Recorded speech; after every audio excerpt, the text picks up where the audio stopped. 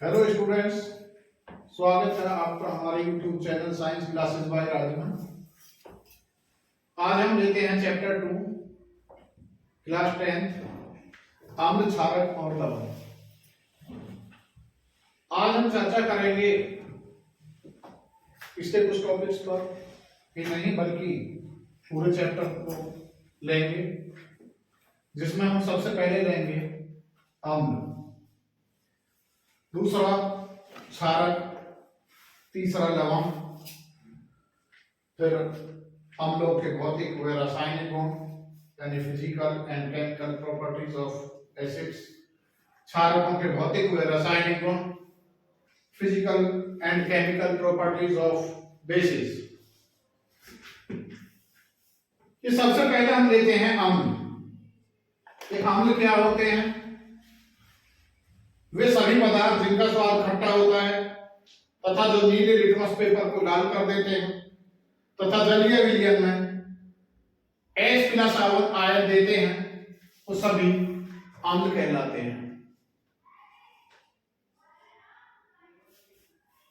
यानी इसके यदि हम एग्जाम्पल लें तो ऐसे सभी पदार्थ जिनका स्वाद खट्टा होता है। अब आप जानते हैं खट्टे कौन कौन से पदार्थ होते हैं, जैसे दही है, छाछ है, मट्ठा भी जिसे हम कह देते हैं, या नींबू है। ऐसे बहुत सारे पदार्थ हैं जो खट्टे होते हैं और यदि हम इन्हें जल में घोलें तो ये केवल H+ आयन देते हैं।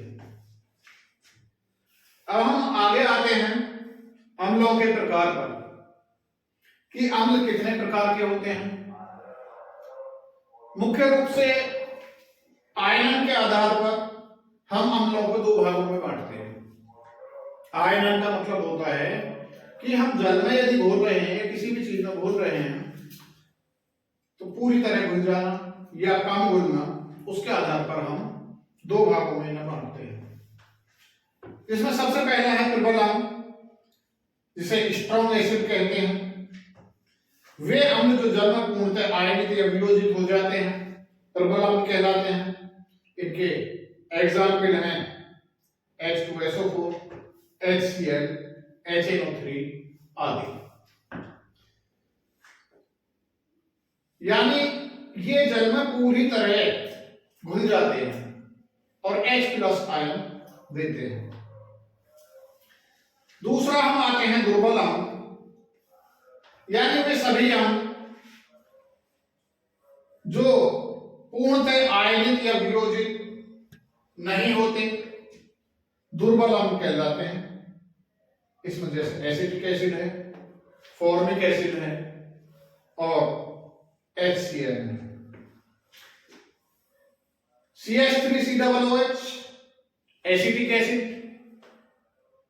HCOOH फॉर्मिक एसिड, क्या इसे हम मेथेनोइक एसिड भी कहते हैं। एसिटिक एसिड को एथेनोइक एसिड भी कहते हैं। ऐसे ही ये हाइड्रोजन साइनाइड। अब आते हैं अम्लों के भौतिक गुण पर। अम्ल स्वाद में खट्टे और जल में मिले होते हैं, नीले लिटमस पेपर को लाल कर देते हैं। इनकी जो प्रकृति है वो संक्षारक होती है, यानी यदि कहीं भी गिर जाए, त्वचा पर गिर जाए, कागज पर गिर जाए या कहीं भी गिर जाए तो ये उसे नष्ट कर देते हैं।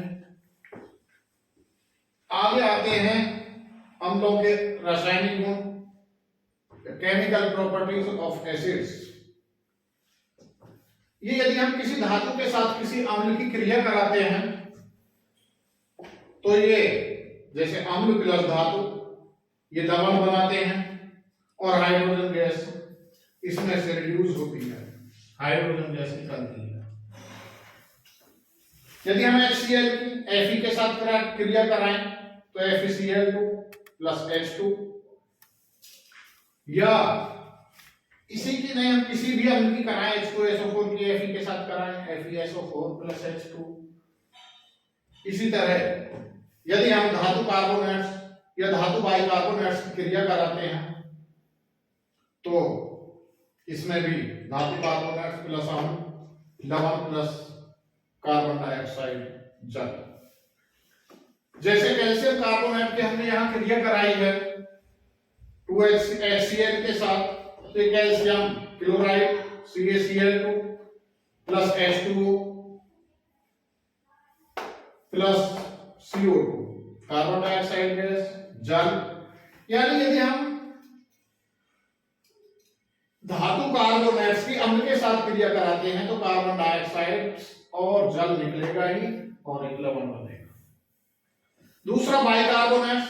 बाइकार्बोनेट्स का मतलब है यदि इसके साथ H और लग जाए, यानी CaHCO3 का होल ट्वाइस, HCl से क्रिया करा रहे हैं तो कैल्शियम क्लोराइड और कार्बन डाइऑक्साइड और जल ये इसमें से निकलता है। इसका तीसरा गुण है, तीसरी प्रॉपर्टीज है इसकी, यदि हम अम्ल की क्रिया कराते हैं धातु ऑक्साइड्स के साथ, यानी धात्विक ऑक्साइड, यानी हम HCl की क्रिया कराएं जैसे CaO, तो हमारा ये लवण प्लस जल बनेगा। अम्ल HCl प्लस CaO यानी कैल्शियम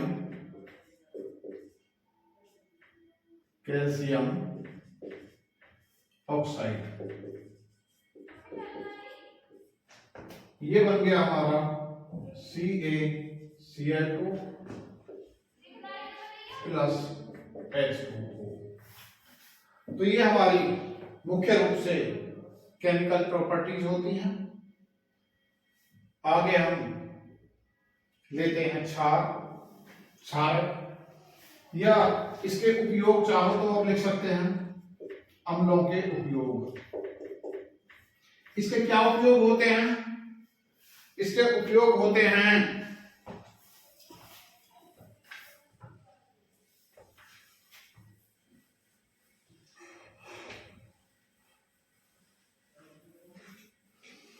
जैसे हम H2SO4 का उपयोग ये बैटरियों में, जो हमारी घरेलू बैटरी रहती हैं,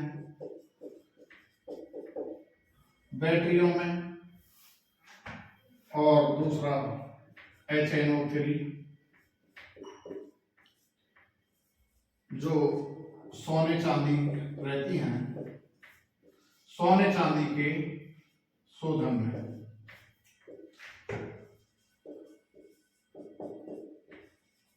शोधन में इनका उपयोग होता है, तो आप उपयोग भी इनके लिख सकते हैं। तो अब हम आते हैं दूसरे टॉपिक पर, क्षारक। यानी क्षारक वो पदार्थ होते हैं जो स्वाद में कड़वे अर्थात तीक्ष्ण होते हैं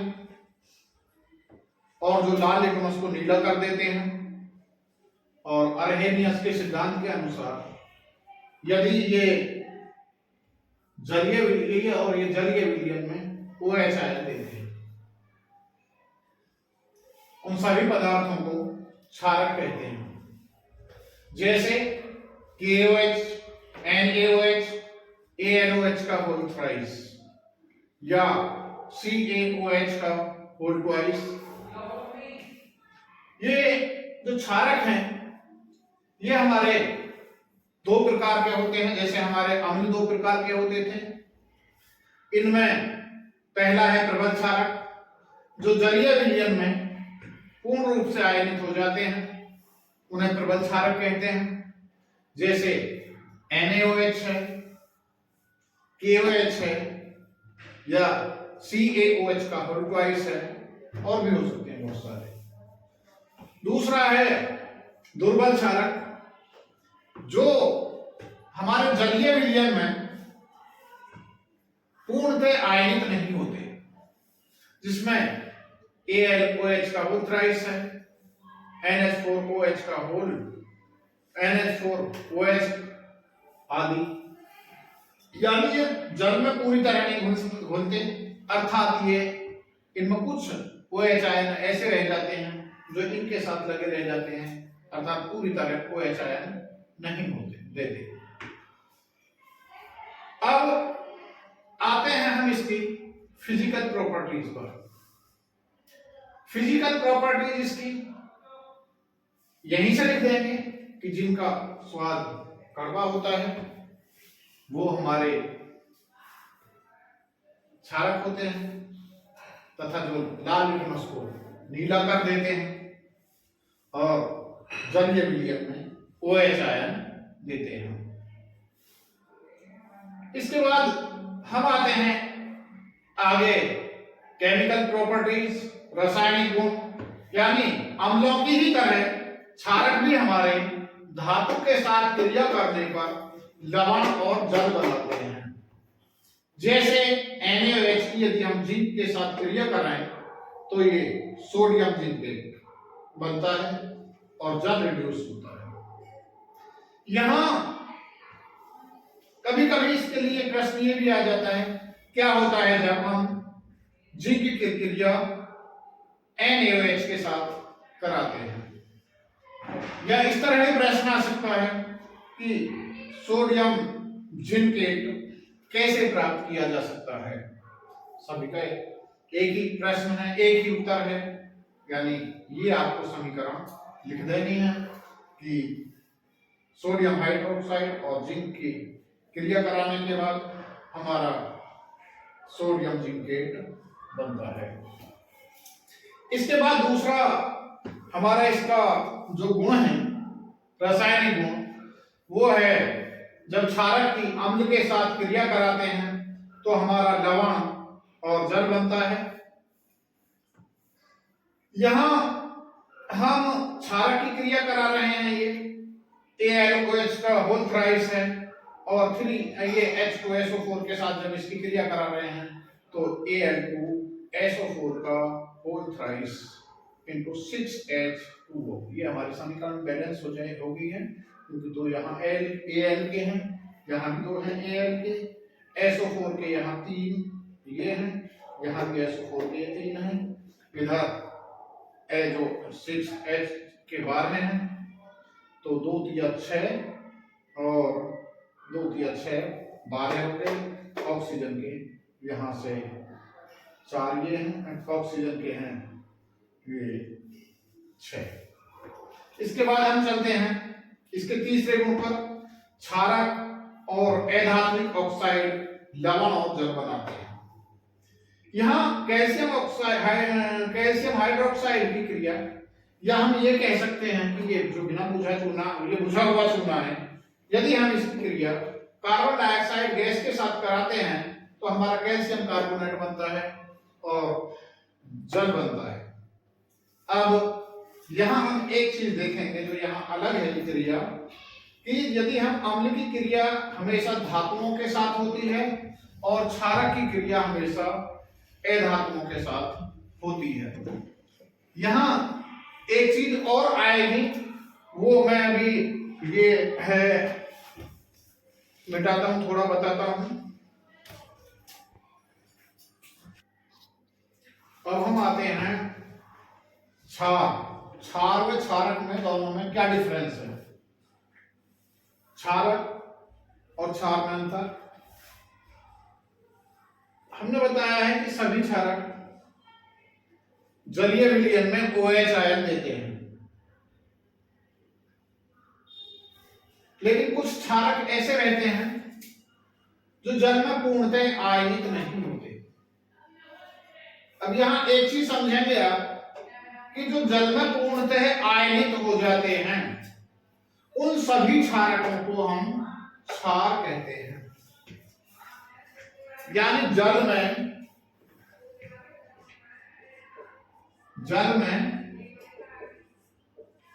पूर्णतः आयनित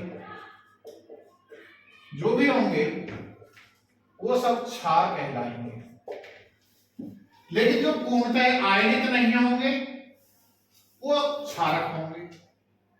अब यहां कभी कभी एक प्रश्न आ जाता है कि सभी क्षारक क्षार होते हैं। क्या यह कथन सत्य है? तो सभी क्षारक क्षार नहीं होते, क्योंकि कुछ क्षारक ऐसे भी होते हैं जो जल में पूर्णतः आयनित नहीं होते। अब यही दूसरा प्रश्न आता है कि क्या सभी क्षार क्षारक होते हैं? क्योंकि जो क्षार हैं वो जल में पूर्णतः आयनित होते हैं, इसलिए सभी क्षार क्षारक हो सकते हैं, सभी क्षारक क्षार होते हैं। अब हम यहां देख रहे हैं, हमने लिखा है कि ये अम्ल और जो क्षारक है दोनों भी धातु के साथ यदि हम क्रिया कराते हैं, अम्ल हो या क्षारक हो, वो लवण और हाइड्रोजन गैस रिड्यूस करते हैं। दूसरा, जो अम्ल है उसकी यदि वो हमेशा धातु ऑक्साइड के साथ क्रिया करता है और लवण और जल बनाता है, लेकिन जो हमारा क्षारक है वो अधातु ऑक्साइड के साथ क्रिया करता है और लवण और जल बनाता है। तो यहां हम एक चीज समझेंगे कि कोई भी क्षारक कभी भी धातु ऑक्साइड के साथ क्रिया नहीं करता। ऐसे ही अम्ल अधातु ऑक्साइड के साथ क्रिया नहीं करते। जो अधातु ऑक्साइड है मुख्य रूप से आपके लिए दो हैं, एक तो कार्बन डाइऑक्साइड है CO2 और दूसरी है SO2। यानी यहां हमारे ये दोनों ही, ये कार्बन भी और सल्फर भी, ये हमारे धातु में होते हैं दोनों धातु, इसलिए इनके साथ जो ये ऑक्साइड्स बन रहे हैं, कार्बन डाइऑक्साइड ये अधातु है और दूसरा SO2 सल्फर डाइऑक्साइड भी हमारी अधातु है। आगे हम आते हैं पीएच स्केल। पीएच स्केल, ये पीएच स्केल क्या होता है? इसे हम ऐसे समझेंगे कि हम 0 से 14 तक होता है जो पीएच वैल्यू रहती है, 0 से 14 तक। अब जो इसके ठीक बीच में पड़ता है यहाँ मिड पॉइंट पर, वो 7 है। जो 7 है ये ऐसा रहता है कि ये ना अम्लीय रहता है न क्षारीय होता है, इसे हम उदासीन कहते हैं। यानी ऐसा कोई भी विलयन या ऐसी कोई भी पदार्थ जिसकी पीएच वैल्यू 7 हो, वो ना तो अम्लीय होगी और ना ही क्षारीय होगी, यानी वो उदासीन होगी। अब हम यदि यहां से इधर की तरफ आते हैं तो ये इधर की तरफ बढ़ने पर, 0 की तरफ बढ़ने पर जैसे जैसे हम चलेंगे इतनी ही हमारी अम्लीयता बढ़ेगी। और इसमें यहां बिल्कुल उल्टा, यहां से यदि हम आगे की तरफ बढ़ेंगे 8, 9, 10, 11, 12, 13, 14, तो जैसे जैसे हम आगे बढ़ेंगे, संख्याओं के मान बढ़ेंगे, ऐसे ऐसे ही हमारी जो ये क्षारीयता है ये बढ़ेगी। इसे हम इस तरह समझते हैं, मान लीजिए आपके पास कोई 3-4 मिलियन दे दिए, यानी ये आपका दे दिया एक की जो पीएच वैल्यू है 1 है, एक की पीएच वैल्यू 3 है, एक की पीएच वैल्यू 5 है, एक की पीएच वैल्यू 9 है, एक की पीएच वैल्यू 11 है, एक की पीएच वैल्यू 13 है। अब आपको इनमें बताना है कि सबसे जो अधिक है वो अम्लीयता किसकी है। हम देख रहे हैं कि सबसे जो कम है वो 1 है, इसलिए 1 ये प्रबल अम्ल है। प्रबल अम्ल यदि यहां इसके पास आए तो ये इसकी अपेक्षा दुर्बल अम्ल है, 1 की अपेक्षा दुर्बल अम्ल। अब यदि यहां इधर इधर और आए तो ये और भी दुर्बल, अति दुर्बल। यानी हम यहां तीनों की तुलना कर रहे हैं। ये प्रबल अम्ल हो गया, ये दुर्बल अम्ल हो गया और ये बहुत ज्यादा अति दुर्बल अम्ल हो गया, क्योंकि इसकी अम्लीयता कितनी है? 5 है। अब यहां इधर आते हैं, ये यहां ये उल्टा है बिल्कुल, इसका बिल्कुल अपोजिट। जो 13 है ये प्रबल क्षारक होगा,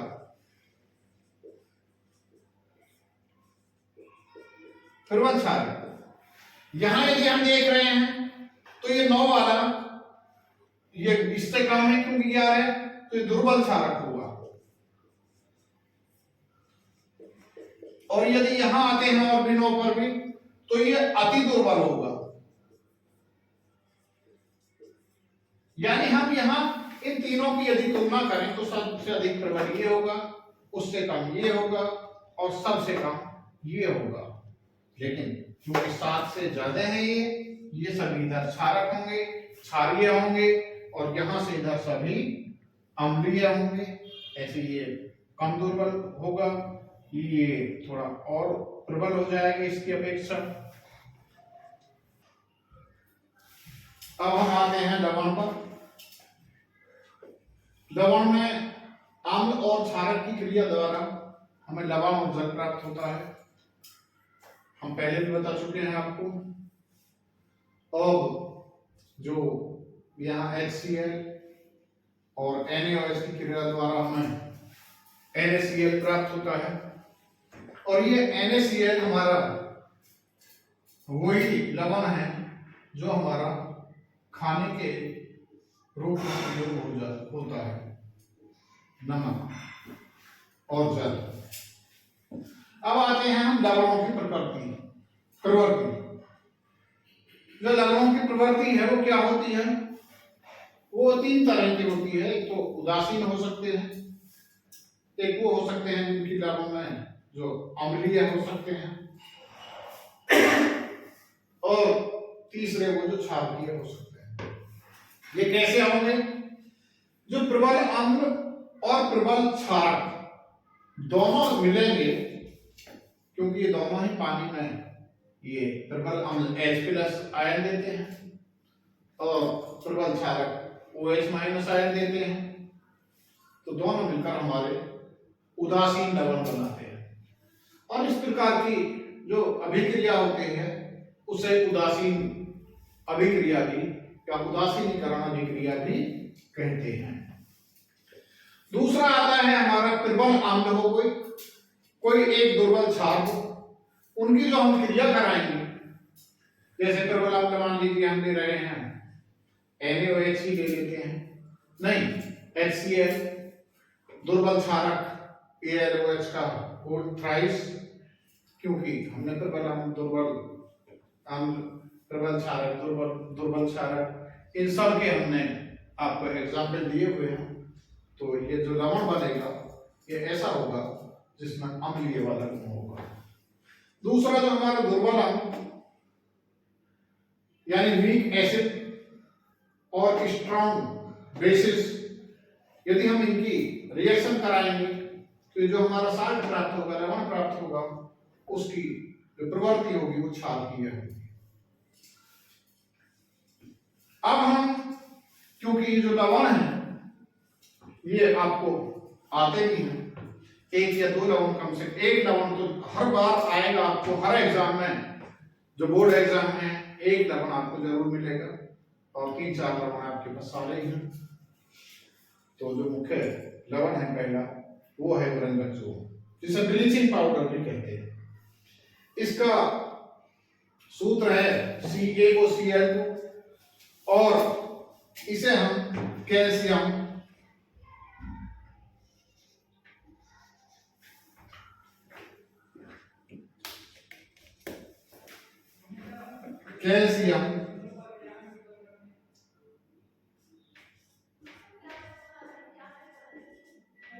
oxy chloride, calcium oxy chloride, और कहते हैं इसका रासायनिक नाम है कैल्शियम ऑक्सी क्लोराइड। इसके निर्माण की विधि है, हम जो हमारा बुझा हुआ चूना होता है CaOH का होल ट्वाइस, जो हमारा मकानों की पेंट करने के काम आता है, यदि हम इस क्लोरीन के साथ क्रिया कराते हैं तो हमें ये गंधक चूर्ण अर्थात कैल्शियम ऑक्सी क्लोराइड प्राप्त होता है और जल प्राप्त होता है। इसके भौतिक गुण है, जो इसका चूर्ण है वो पीले कलर का होता है। इसका जो जलीय विलयन है ये दूधिया हो जाता है। यदि हम इसे जल में घोलें तो जो विलियन का रंग कलर है वो दूधिया हो जाता है, दूध जैसे कलर का, और इसमें से क्लोरीन की गंध आती है। इन्हें आप भौतिक गुण मान सकते हैं। उसके बाद आते हैं इसके केमिकल प्रॉपर्टीज, रासायनिक गुण। यदि हम कैल्शियम ऑक्सीक्लोराइड अर्थात विरंजक चूर्ण की या ये कहें ब्लीचिंग पाउडर की जल के साथ मिलाकर उसे गर्म करते हैं, जो हमारे ट्रायंगल बना हुआ है ये जल का, ये गर्म करने का है, गर्म करते हैं तो हमारा फिर दोबारा से ये बुझा हुआ चूना और क्लोरीन में टूट जाता है। अब यदि हम इसको खाली इसी को गर्म करते हैं, खाली ब्लीचिंग पाउडर को ही गर्म करते हैं, तो ये कैल्शियम क्लोराइड बनाता है और ऑक्सीजन गैस इसमें से रिड्यूस होती है, ऑक्सीजन गैस निकलती है। इसके बाद यदि हम ये ब्लीचिंग पाउडर की तनु H2SO4 के साथ क्रिया कराते हैं तो ये कैल्शियम क्लोराइड बनता है, कैल्शियम सल्फेट बनता है और HOCl हाइपोक्लोरस अम्ल ये बनता है। फिर ये यहां से ये 3 चरणों में पूरी होती है। फर्स्ट ये हो गया, ये फर्स्ट है, ये सेकंड है और ये थर्ड है। एक ही रिएक्शन के हैं ये भाग तीनों। तो यहां से फिर जो ये HOCl है हाइपोक्लोरस एसिड है, ये हमारा HCl और ऑक्सीजन में ऑक्सीजन यहां से अलग हो जाता है, नवजात ऑक्सीजन। अब ये नवजात ऑक्सीजन और ये ऑक्सीजन में ये अंतर है कि यहाँ जो O है ये गैस है और ये हमारा नवजात ऑक्सीजन। अब यहां से हम यदि किसी रंगीन पदार्थ में ऑक्सीजन, यहां से जो ऑक्सीजन मिलता है रंगीन पदार्थ में, तो हमारा रंगहीन पदार्थ होता है।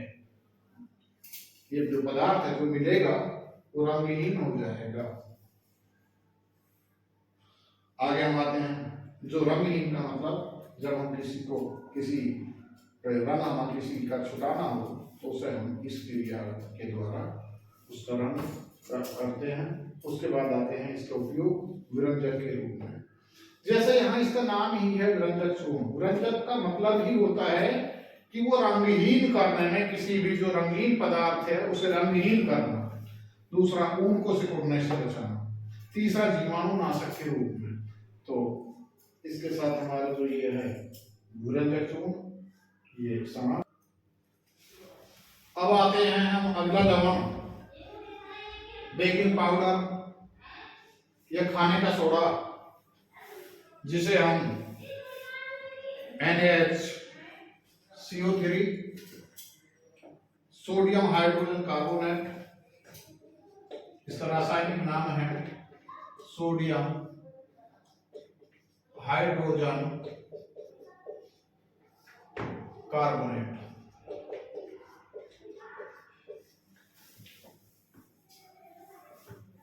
कैसे बनता है? सबसे पहले बनाने की विधि आती है इसकी, केवल आपको यही लिखना है। सबसे पहले इसका रासायनिक नाम, रासायनिक सूत्र, रासायनिक नाम ये हो गया, रासायनिक सूत्र ये हो गया, साधारण नाम बेकिंग पाउडर या खाने का सोडा। फिर दूसरे निर्माण आप इसका करेंगे, उसके बाद इसके भौतिक गुण लिखेंगे, उसके बाद इसके रासायनिक गुण लिखेंगे और इसके फिर उपयोग भी आप लिखेंगे। तो ये सारी चीजें आप लिखेंगे, क्योंकि एक मैं आपको बता रहा हूं कि आपको एक जरूर आने वाला है आपके एग्जाम में, बोर्ड एग्जाम में 100% एक आपको जो लवण है वो आएगा ही आएगा। तो निर्माण पर चलते हैं। सोडियम कार्बोनेट की यदि हम कार्बन डाइऑक्साइड और जल के साथ क्रिया कराते हैं तो ये सोडियम हाइड्रोजन कार्बोनेट अर्थात बेकिंग पाउडर और या खाने का सोडा हमें प्राप्त होता है। इसके भौतिक गुण, ये सफेद क्रिस्टलीय ठोस पदार्थ होता है, जल में विलय होता है। आगे आते हैं रासायनिक गुणों पर। 2 या 3 रासायनिक गुण दे देंगे, आप 2 ही दे दो वही काफी हैं। जैसे जल अपघटन, यदि हम सोडियम हाइड्रोजन कार्बोनेट को जल के साथ क्रिया कराते हैं तो ये अपने 2 तत्वों में टूट जाता है, सोडियम हाइड्रोक्साइड NaOH और दूसरा कार्बोनिल अम्ल H2CO3, और ये बहुत दुर्बल अम्ल है, ये आसानी से OH में नहीं टूटता। उसके बाद हमारी जो दूसरी रिएक्शन है वो है, यदि हम अपने खाने के सोडे के साथ सल्फ्यूरिक अम्ल की क्रिया कराते हैं तो ये सोडियम सल्फेट मिलता है, जल बनता है और कार्बन डाइऑक्साइड गैस रिड्यूस होती है। ये जो खाने का सोडा है इसके क्या उपयोग हैं? जब हमें बहुत ज्यादा एसिड बनता है, एसिड बनने का मतलब आप सभी को, जैसे एसिड बनने के कई वो हैं संकेत, आपको हमेशा जब भी लूज मोशन होते हैं वो एसिड से होते हैं, आपके गले में जलन होती है वो एसिड से होती है, आपको वोमिटिंग होती है, उल्टियां होती हैं वो एसिड के कारण होती हैं। और जो यदि इस तरह की कंडीशन है और आप खाने के सोडा के फंकी ले लेते हैं, थोड़ा सा खाने का सोडा ले लेते हैं, तो पेट की अम्लता को दूर कर देता है, जो एसिड बनती है उसे दूर करने में बहुत सहायक होता है। दूसरा पेय पदार्थ, जो भी आप कोल्ड ड्रिंक्स लेते हैं उनमें जो ये झाग से एकदम ऊपर की तरफ आते हैं, जैसे हम करते हैं और झाग से आते हैं, उसमें ये हमारा इसी के कारण आते हैं। ये बेकिंग सोडा पेय पदार्थ में डाला जाता है चर्म रोगों के निदान में। यदि चर्म रोग हैं तो उसमें भी हम ये बेकिंग सोडा का इस्तेमाल करते हैं। अब हम इससे आगे इस पर आते हैं धोने का सोडा, जिसे हम वॉशिंग पाउडर कहते हैं। वॉशिंग पाउडर जो हमारा वॉशिंग पाउडर जो कपड़े धोने वाला हमारा पाउडर होता है वो ही हमारा धोने का सोडा, उसी को हम कहते हैं। और इसका फॉर्मूला यदि हम देखें तो Na2CO3 10H2, ये हमारा धोने के सोडा का फॉर्मूला होगा। और इसका यदि हम रासायनिक नाम देखें तो सोडियम लग रहा है, कार्बोनेट लग रहा है, जल लग रहा है, यानी इसका सीधा सीधा नाम हो गया सोडियम कार्बोनेट।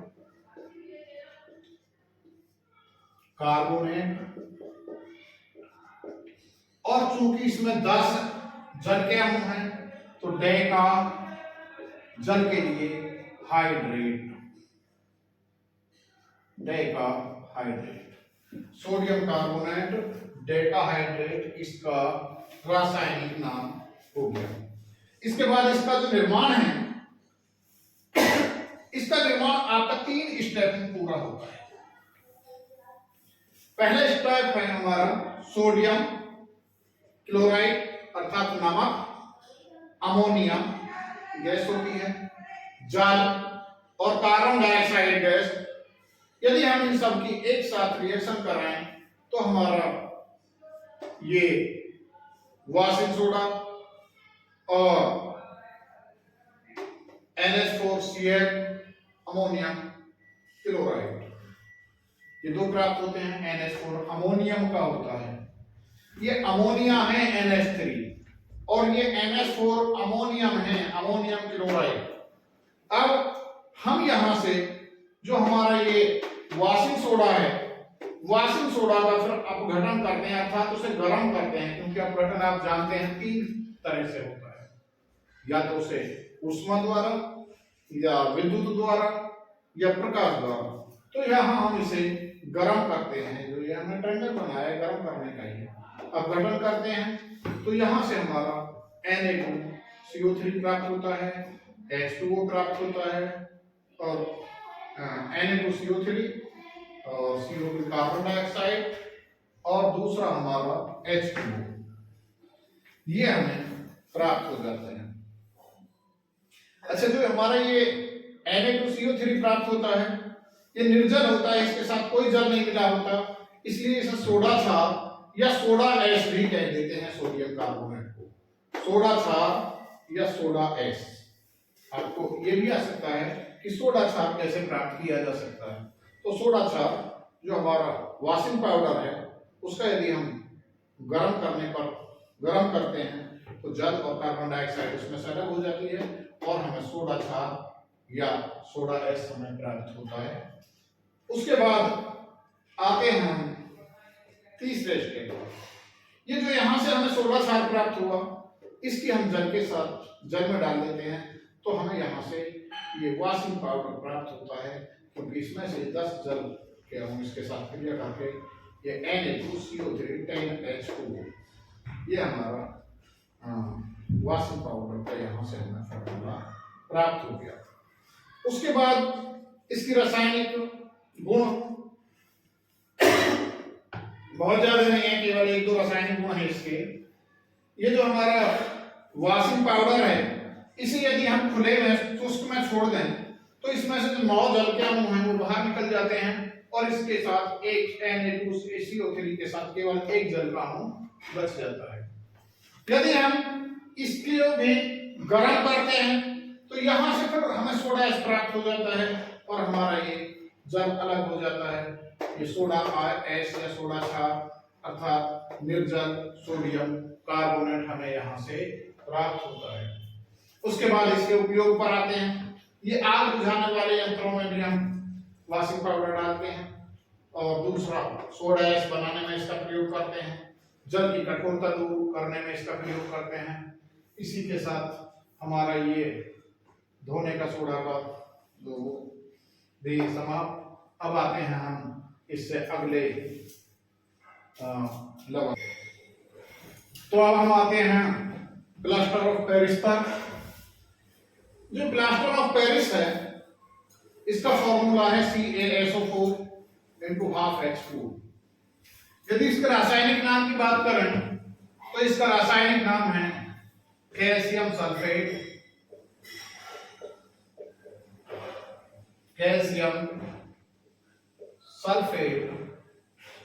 और चूंकि ये आधार अणु है पानी का, तो इसके लिए हेमी हाइड्रेट, पानी के लिए हाइड्रेट बोलते हैं, तो कैल्शियम सल्फेट हाफ के लिए हेमी हाइड्रेट। इसका निर्माण कैसे करते हैं? जो ये हमारा CaSO4 × 2H2O है, इसे जिप्सम कहते हैं। जिप्सम। रासायनिक नाम की बात करें तो कैल्शियम सल्फेट डाइहाइड्रेट, क्योंकि दो के लिए डाई, कैल्शियम सल्फेट डाइहाइड्रेट। यदि इसे गर्म करते हैं 120 डिग्री पर, तो ये हमारा कैल्शियम सल्फेट हेमीहाइड्रेट बनता है, अर्थात ये हमारा प्लास्टर ऑफ पेरिस बन जाता है। और जल का जो यहाँ हमारा बेड़ अणु है 3/2 वो बाहर निकल जाता है। आगे आते हैं इसके भौतिक गुणों पर। ये सफेद रंग का एक चूर्ण होता है, जल में एयर होता है। इसके रासायनिक गुण हैं, जो कैल्शियम सल्फेट है, कैल्शियम सल्फेट यानी जिप्सम, कैल्शियम सल्फेट डाइहाइड्रेट। यदि 120 डिग्री से अधिक गर्म करते हैं तो खाली कैल्शियम सल्फेट बच जाता है और जल अलग हो जाता है। अब यदि हम कैल्शियम सल्फेट हेमीहाइड्रेट को 120 से अधिक पर गर्म करते हैं तो कैल्शियम सल्फेट और ये जल का आयन अलग हो जाता है। इसके बाद दूसरा गुण है, दोनों एक ही गुण है। जिप्सम को यदि गर्म करते हैं 120 से अधिक तो भी कैल्शियम सल्फेट बनता है, दोनों अणु बाहर हो जाते हैं।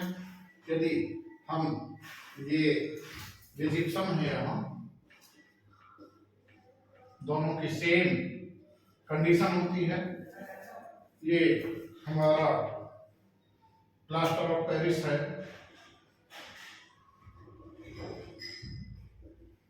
ऑफ पेरिस, यानी कैल्शियम सल्फेट हेमीहाइड्रेट। इसे भी दोनों सेम क्रिया है, केवल इनमें जल का अलग होता है। दूसरी रिएक्शन है इसकी, यदि हम इसकी जल के साथ क्रिया कराते हैं तो जिप्सम बन जाता है। और यहां भी वही है कि यदि इस जल के साथ क्रिया कराते हैं तो इसके हमारे यदि दो इसके अणु और इसकी हम जल के साथ 3 अम्लों के साथ कराते हैं तो ये हमें दूसरा प्राप्त हो जाता है। इस कंडीशन को जब जल के साथ इसे कराते हैं तो इसे प्लास्टर ऑफ पेरिस का जलना भी कहते हैं। अब हम आते हैं इसके उपयोग पर। जैसा आप जानते हैं कि जो प्लास्टर ऑफ पेरिस है, जब किसी की हड्डी टूट जाए, जो हड्डी टूटने पर डॉक्टर प्लास्टर करता है। प्लास्टर जो होता है हड्डी टूटने पर प्लास्टर किया जाता है, ये उस काम में भी आता है। और दूसरा, जो हमारे चीनी मिट्टी के बर्तन बनते हैं या चीनी का कोई भी काम हो, चीनी मिट्टी वाला, चीनी मिट्टी के बर्तन आदि बनाने में और जिप्सम के निर्माण में भी इसका प्रयोग हम करते हैं। Thank you.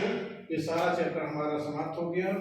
अब हम फिर एक बार कहेंगे कि हमारी आगे वाली वीडियोस देखने के लिए हमारे चैनल को सब्सक्राइब करें और बेल आइकन दबाना ना भूलें और लाइक का बटन जरूर दबाएं। Thank you.